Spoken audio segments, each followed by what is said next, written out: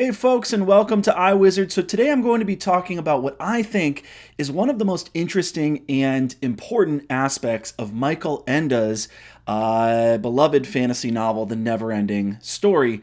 And what we're going to be talking about is the great antagonist of this story. No, it is not Gmork the wolf. It is not any one character. Of course, I'm talking about this all-consuming force, the nothing, that just gobbles up Fantasica. So Neverending Story may be a children's book, but it's got a lot of really deep, sophisticated things to say about life and what really matters. So let's get into it.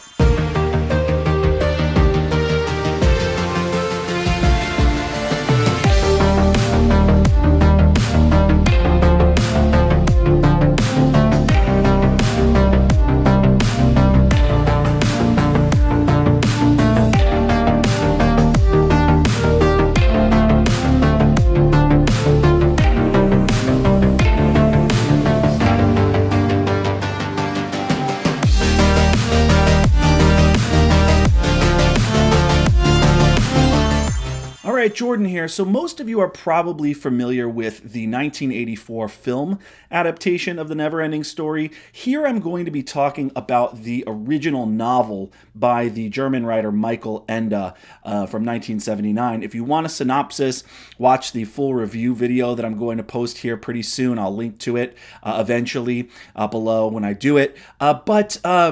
Here what I'd like to do is talk about the main antagonist of the story, the nothing.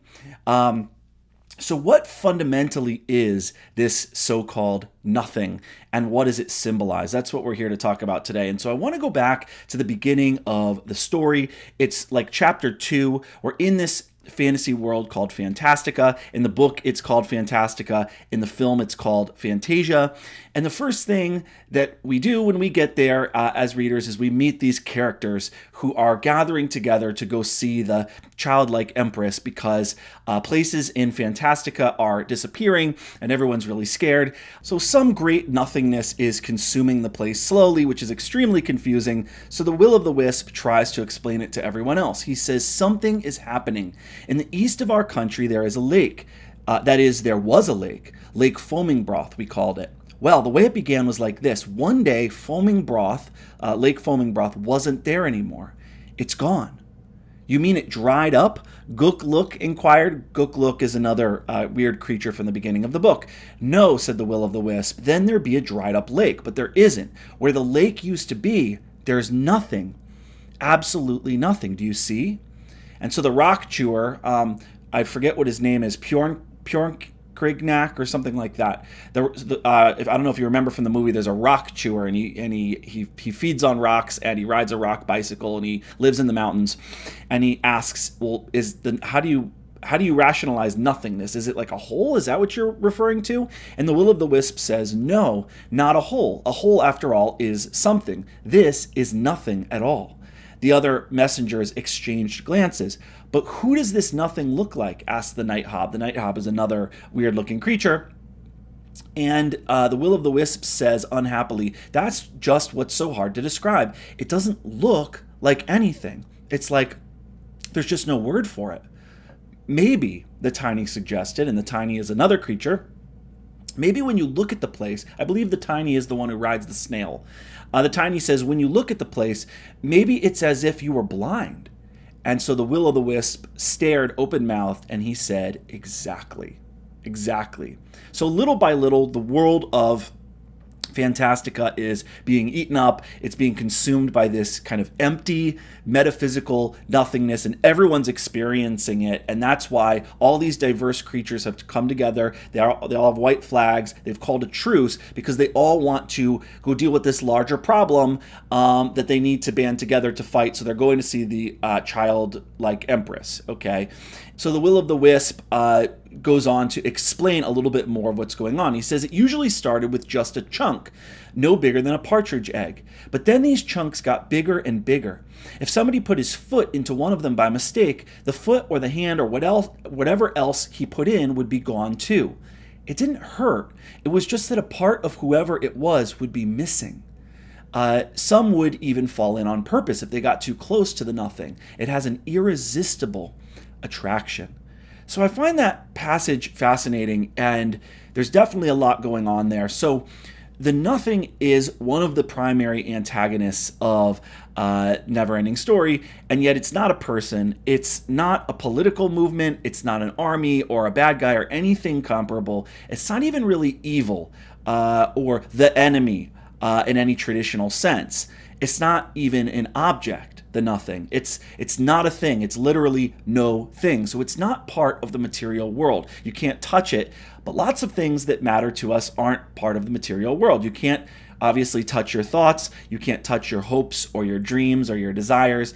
You can't touch your consciousness or even your memories. You can't touch your sensation of pain. So I'm not talking about the physiochemical interactions or your nerve endings or something like that. You could probably conceivably touch those things, but the actual conscious apprehension of those things, your perception, like you can't touch consciousness, you can't touch a thought that you're having. What would it even mean to touch one of your dreams? So you can't touch it. It's not a material thing, but it still exists, which is why philosophers call this concept mind versus brain. Brain's the physical organ that you can touch. Mind is this, thing that is very mysterious to us. Okay, so this thing is nothing, but it's still a force that exists. It's real, and it eats you up like a parasitic force. But at the same time in this book, we learn that it's impossible to describe. You can't put the nothing into words. In fact, in trying to describe it, one of the characters says, it's not a bare stretch, it's not darkness, not some lighter color. No, it was something the eyes could not bear, something that made you feel you had gone blind. For no eye can bear the sight of utter nothingness. So the nothing it's a real force, but it's something that people can't bear to look at, right? So we're adding up all the clues. It has an irresistible attraction. It pulls people in. When you give yourself up to it, you're kind of just surrendering yourself into oblivion.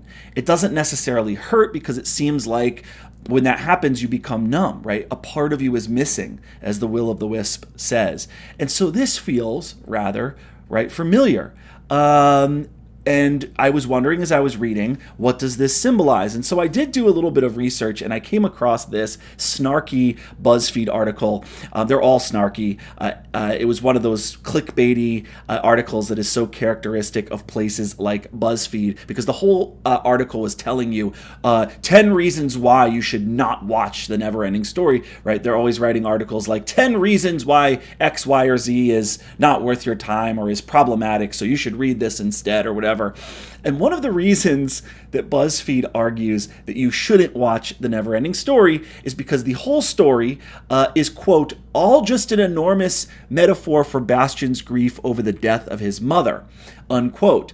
And you can get where they're coming from, especially since Bastian's father doesn't really seem to want to deal with his own grief, nor does he really pay attention to his son. But the author at BuzzFeed, I'll read a little bit more of this for you, he writes, quote, good gravy, this movie has such a fetish for misery. And then the author goes on to argue that, quote, the nothing itself is as potent a metaphor for clinical depression as you're likely to find in a children's movie, right? So because the author thinks that this book or the film is about depression, kids shouldn't read it. Okay, so that's his claim. And again, while I do get this argument, and I think that there is some validity to the fact that the book is a metaphor for Bastian grieving his mother, and the nothing is about depression or something like that. Because, Bastian's mother has passed away. His father is fairly aloof. He's not really helping him to work through his grief. Bastian hasn't been encouraged to process the whole thing. He's gained all this weight. He takes no interest in school or the other kids. That is in the book. He's a portly young man. He's a fat boy. He doesn't care about his grades. He's being bullied, and he doesn't fight back. He escapes into books, not really because it's his hobby and he's trying to learn a lot, but because he's trying to shut out life.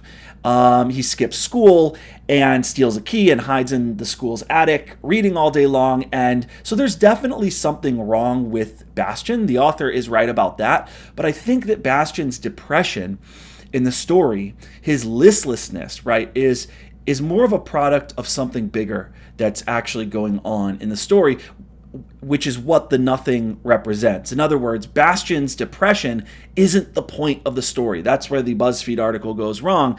The Bastian's depression is a manifestation of something larger.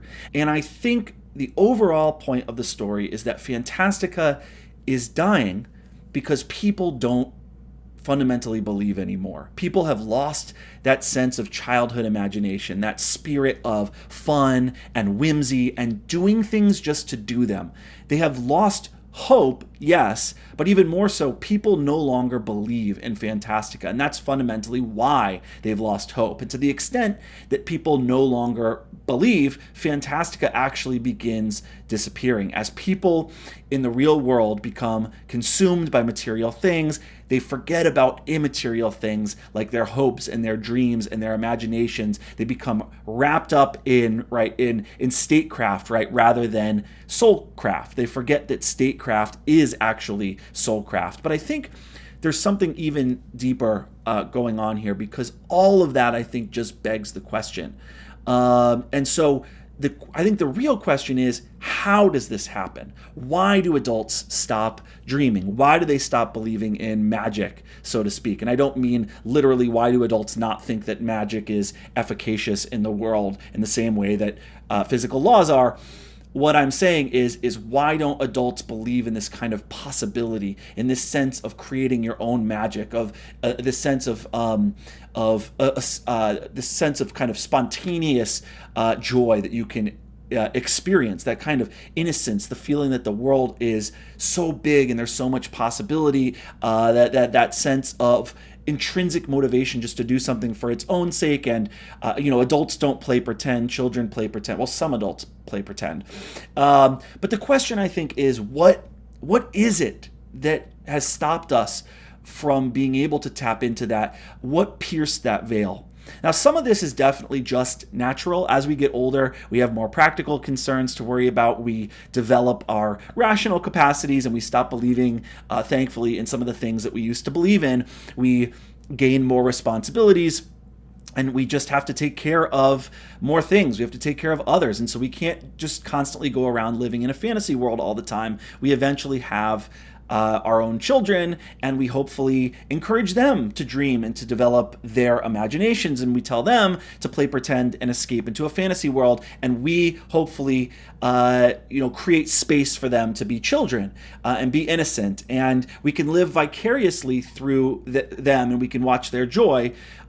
Anyway, so that's just part of growing up. Some of this is natural. In fact, the Romantic poets, writers like Wordsworth, Keats, Shelley, Coleridge, Blake, Byron, all those Romantic poets, they were obsessed with childhood innocence, this beautiful time when we actually had an open mind about the world, where anything feels possible, where we have this kind of purity, we have this guileless, unself-conscious grace, right? We play pretend, and our imaginations transport us to magical lands where anything is possible. In fact, that is what it's one of my favorite poems. It's William Wordsworth's poem, A Few Lines Composed Above Tintern Abbey. And what Wordsworth is writing about there is how in thoughtless youth he used to rush enthusiastically about nature, about the landscape. And he says, quote, when like a roe I bounded o'er the mountains, right? So Wordsworth's talking about the fact that when he was a kid, he could just lose himself and run around free with no purpose in mind. He was bounding over the mountains like a roe. And so the Romantic poets, you'll notice this is why they often use the figure of the child in their poems, or the noble savage, or the rustic, to just communicate this idea that as we gradually gain more and more experience, as we become more self-aware and more jaded, we have this kind of fall from grace. We begin to realize our nakedness, to reference Genesis, which is why William Blake writes his masterpiece, Songs of Innocence and Experience, right? So This is just something that happens to human beings, and the Romantic poets were fascinated with, can you freeze that moment in time? Can you ever get back to it? They just loved to kind of luxuriate in looking back at that time and trying to understand what happened to human beings. It's this very Rousseauian ideology that appeals to people of a more romantic temperament. But I think the point in Neverending Story is that for a lot of people, for a lot of adults, the magic just goes away completely. And it shouldn't, right? It doesn't have to. We get consumed by money or envy or narcissism or politics or whatever our righteous cause of the moment happens to be. But again, I think all of that still, that's the point of Neverending Story. But I think that all of that still begs the question. I think that the question really is, why does this happen to us? I talked about the kind of natural ways in which we all have to grow up. We can't stay Peter Pan forever. No one wants to have Peter Pan syndrome. But the nothing is more than that, right? And so the question for me is not why do adults no longer play pretend, but why do we lose faith? Why do we lose hope? Why do we live lives of despair and angst, to use the existential term? Because at first you might be tempted to say, well, the nothing is just despair. It's just apathy. But again, that begs the question, how do we become apathetic? Why do we come to believe that the world is pointless? So we're still begging the question. And this has been my journey of trying to figure out what the nothing really is, what this metaphor is that the Neverending Story is driving at. And herein lies what I think the nothing really is. I would argue that what the nothing represents is what the existential philosophers call the absurd, right? So for philosophers like Camus and Sartre, the absurd is this idea that life is inherently meaningless.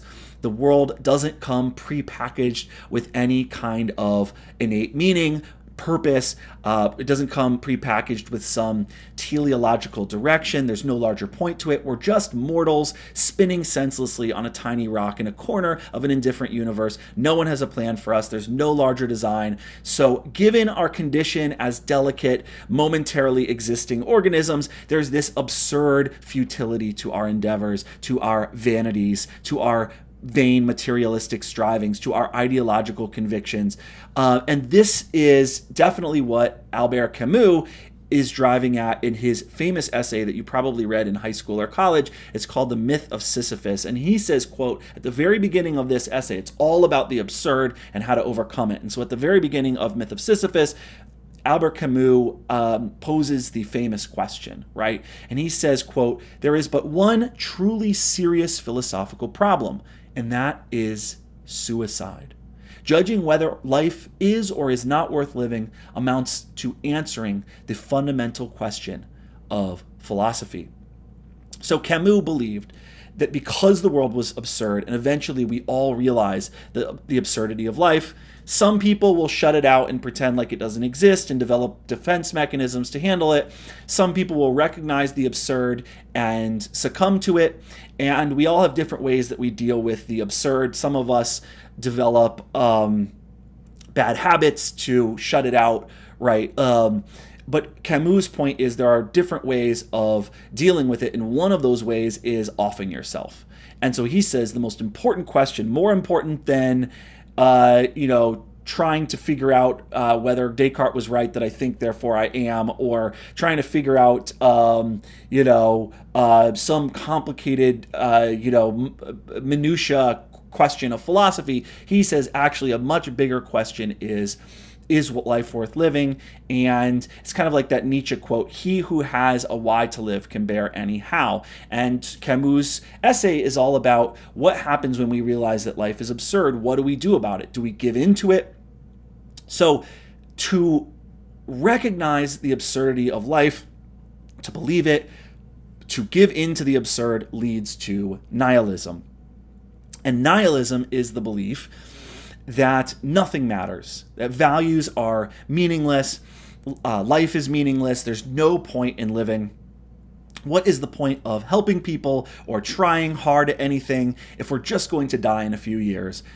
And so before you get all sad, it's really important to remember that the existentialists, folks like Sartre and Camus, were not saying that you should give in to the absurd. They were not nihilists. In fact, Camus answers his own question about suicide in the Myth of Sisyphus by saying that we should not give in. We should not kill ourselves because life is ultimately about rebelling against the absurd. So the existentialists weren't claiming that life is meaningless. They were simply claiming that it doesn't come pre-packaged with inherent meaning, that the point and purpose of life is for human beings to give it meaning through their projects and through their actions and through the people that they associate with and through their ideas and through living a life of art and passion. So it's that kind of fridge magnet bumper sticker quote, life isn't about finding yourself, it's about creating yourself. Existence precedes essence. You become by existing, right? The whole point of existentialism is to rebel against the absurd and to fight off nihilism. Nihilism was the great enemy of existentialism. So in other words, don't let the nothing win. That is the key kind of theme of existentialism. And there's a character in the Neverending Story called Morla the Aged One. She's this oracle, and she's a huge tortoise that Atreyu is looking for. And then he eventually walks on top of her, and he thinks he's on like a giant hill or a giant mountain or something like that. And the turtle starts talking, and it turns out that he's actually standing on Morla's shell. So I'll read you a passage here, and keep in mind, Atreyu is going to Morla for help. He's been told that she's the person who can give him answers. The world is ending. It's being consumed. He's expecting Morla to care, and he says, what do I do, right? And Morla says, nothing matters to us anymore. It's all the same to us. But you'll be destroyed too, Morla, cried Atreyu angrily. And keep in mind, even in the movie, Atreyu was just shouting the entire time. Like every line that Atreyu delivers is he's just shouting. He says, but you'll be destroyed too, Morla, or do you expect because you're so old that you'll outlive Fantasica? And Morla says, we're old, son, much too old. Lived long enough, seen too much. When you know as much as we do, nothing matters. Things just repeat day and night, summer and winter. The world is empty and aimless. Everything circles around. Whatever starts up must pass away. Whatever is born must die. It all cancels out, good and bad, beautiful and ugly. Everything's empty. Nothing is real. Nothing matters. You're young, son. If you were as old as we are, you'd know that there is nothing but sadness. Why shouldn't we die, you and I, the childlike empress, the whole lot of us? And then evoking Shakespeare's Hamlet, when Hamlet says, words, words, words, right? Morla says, anyway, it's all flim-flam, meaningless games. Nothing matters. Go away.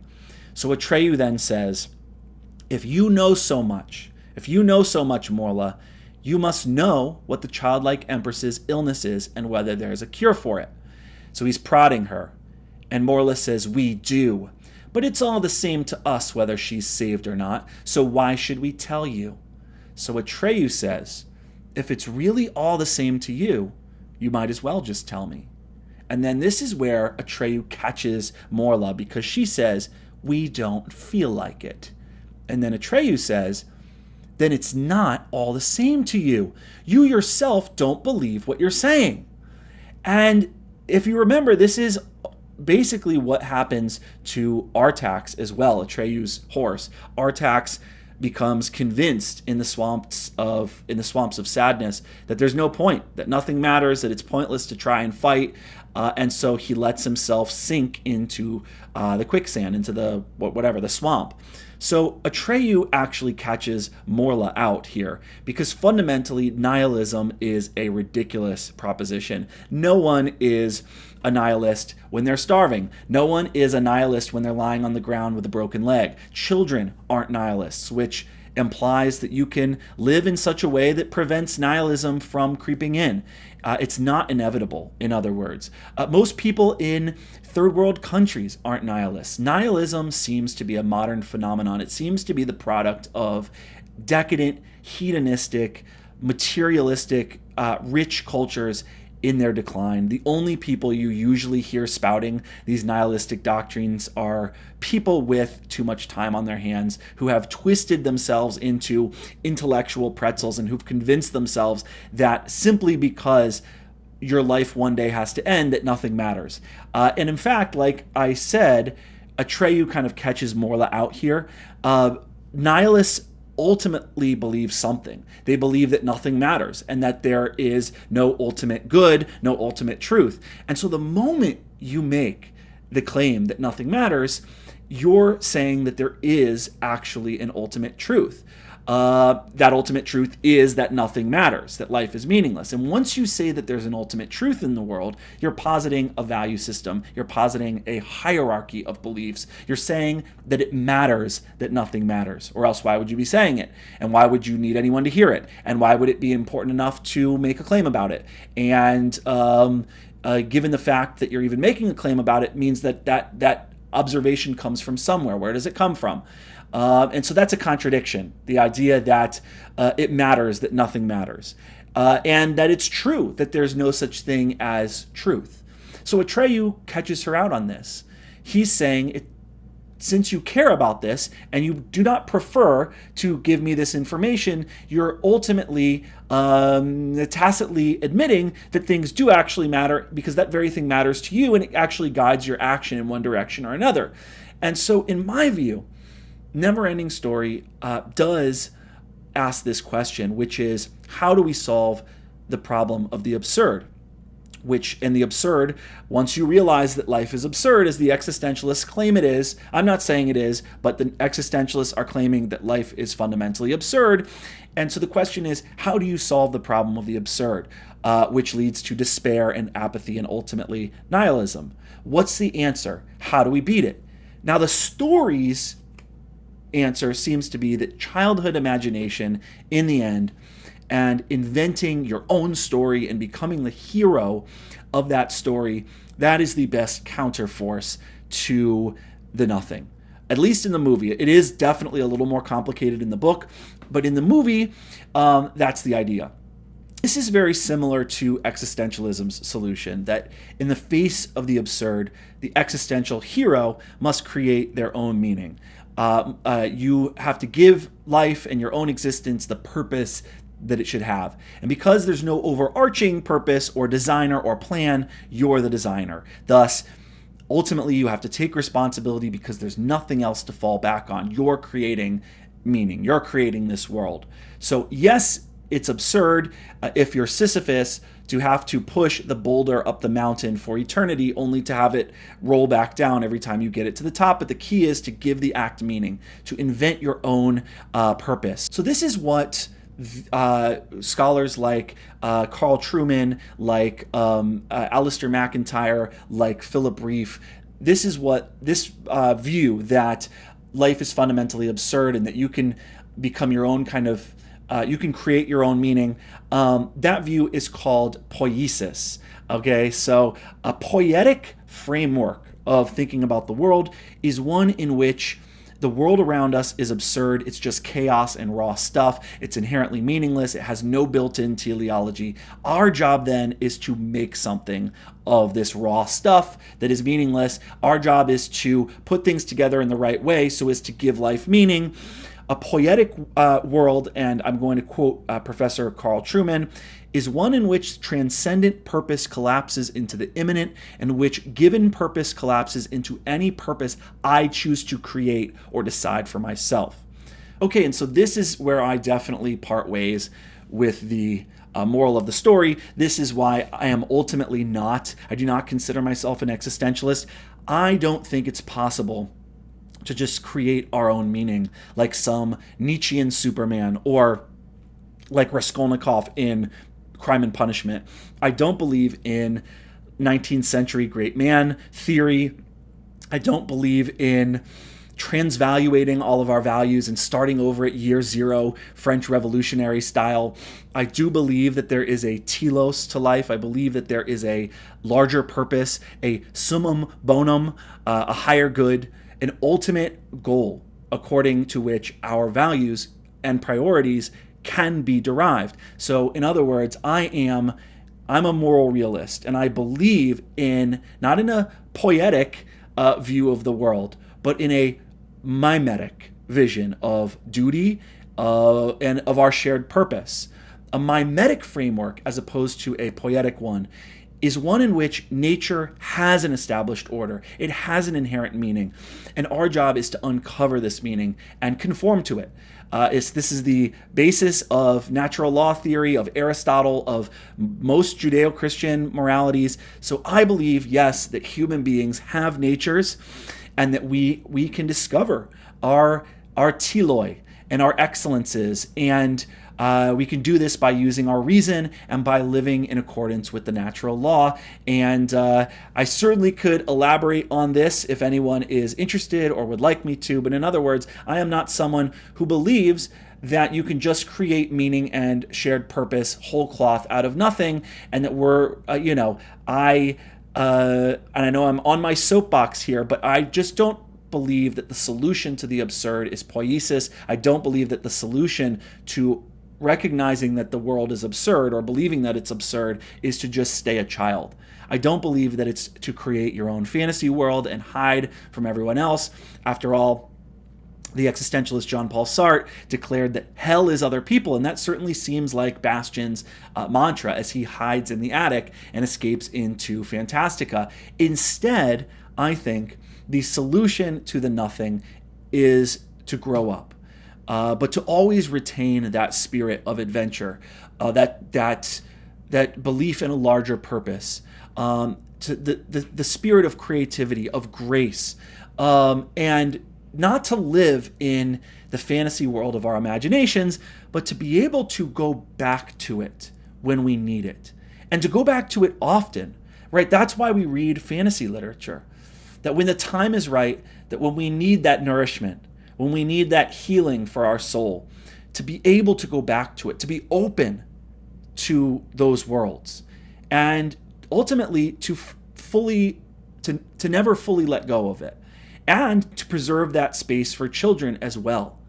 And so finally, and I want to end with this, this brings me back to Tintern Abbey by Wordsworth, because this poem, I think, really captures the spirit and the way forward that I'm talking about. In this famous romantic poem that was written in the, I believe he wrote this in the late 18th century, but it also could have been the early 19th century. I'm not sure, so I'll check on that. But in the poem, the poem is about a man who's been living cut off from nature because of his busy adult life, right? And I'll quote here, he says that his busy adult life, quote, in lonely rooms and amid the din of towns and cities. And so basically, after 5 years of living a hectic, complicated city life, this harried and kind of stressed out city-dwelling man decides to revisit the woods of his childhood. And those are the woods near the ruins at Tintern Abbey by the River Wye. And the whole point of this poem is that when he goes there, to this beautiful place that he used to play at as a child, he rediscovers the awe and the sublime wonder of nature.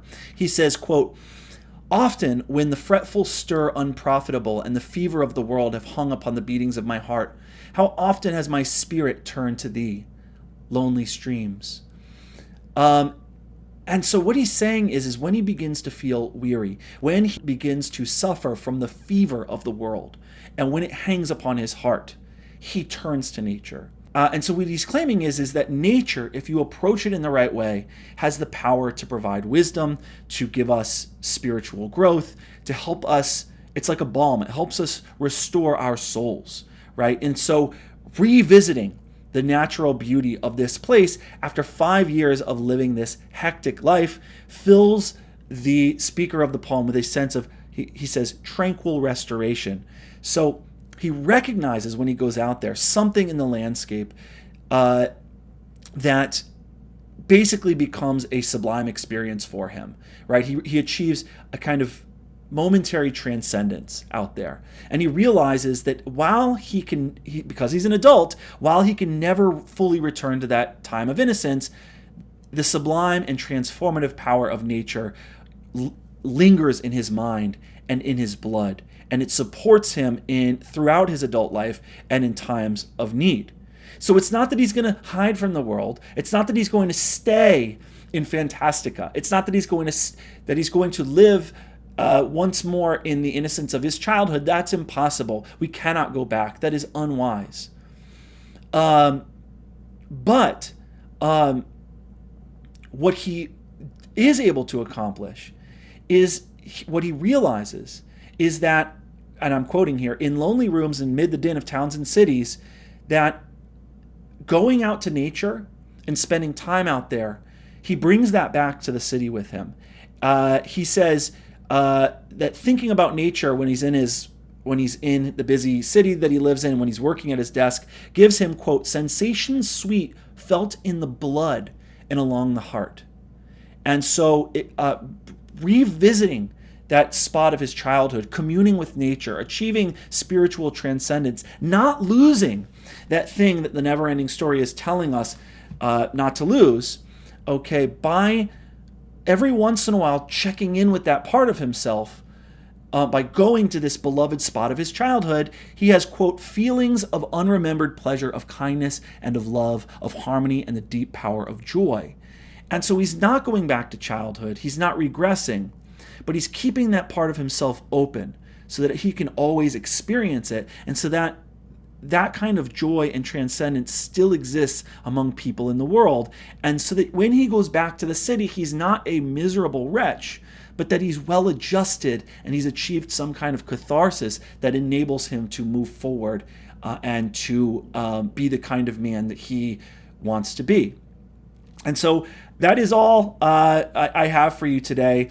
I am going to do at some point a full review of The Neverending Story. I think it's a wonderful book. I do think it has a couple of flaws, but I think ultimately it is a truly great book, and I think there are a lot of deep messages. It is marketed as a children's book because there's a lot in here that children can identify with and benefit from, but there's definitely a deeper message in here for adults as well. So with that being said, thank you for watching. Please subscribe to iWizard and stay tuned. Have a conversation about Fire and Blood coming up with Mike from Mike's Books, Scott Glasgow, and hopefully Madison as well. And that should be a good time. Follow us on Facebook, on Goodreads, on Patreon. Tip your starving booktuber, and I'll see you next time. Happy reading.